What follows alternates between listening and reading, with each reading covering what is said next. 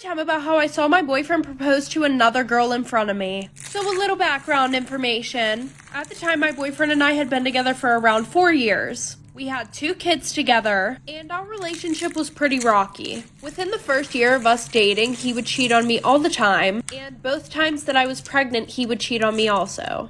Now, after I popped out the second kid, our relationship was going pretty well. And if you're wondering why I didn't leave him when he was cheating on me all the time, well, it was mainly because I grew up in a broken home. And remembering how hard it was on me whenever my parents broke up, I didn't want that for them. Well, over the past few months, my boyfriend had been traveling all over the country with his dad, going to meetings and stuff because he was getting ready to take over half the company. Well, fast forward, it's a Thursday, and my boyfriend has a meeting with some associates who flew in from out of state, and later that night we were supposed to get on a flight with our friends to go to the Bahamas. Like for part 2.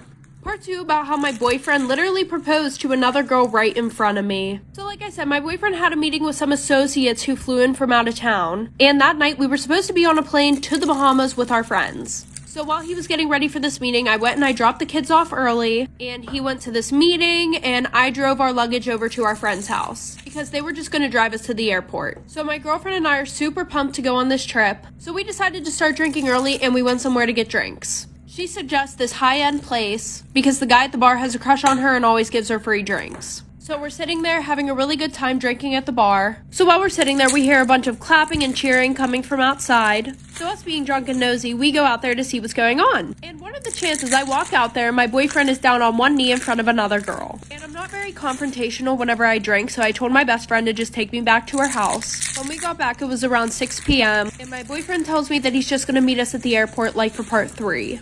Part 3 about how my boyfriend proposed to another girl right in front of me. I know this is late, but better late than never. So like I said, we left, I went back to her house, and my boyfriend has the audacity to text me, "I'll just meet you guys at the airport." So my best friend's like, "What do you want to do? Do you want to go beat him up?" Of course I said no, so I told her and her boyfriend to just go to the airport while I figured out what I was going to do, and to not say a word. Which was hard for my best friend because she was confrontational as fuck. So I texted my boyfriend saying that I was sick and I just wasn't going to go to the Bahamas with them, when in reality I was packing up our whole house, leaving him with only his clothes and his shoes. So I put all the stuff in storage and I just decided to move back to my mom's house. And yes, this was in a span of a few days. So the whole time that he was gone, I was acting like everything was okay. On the last day of the trip, I sent him a text saying that I knew about everything. And I said I never wanted to hear from him again and I never wanted him to see the kids again. And he took that quite literally. I never got a text back. Well, 4 months after all this happened, I soon find out that he got a new house in North Carolina with his new wife and they have a daughter on the way. Story time about my shitty ass ex-boyfriend. So a little background information. My ex and I have been dating for about 2 years. And throughout those 2 years, he was a dick.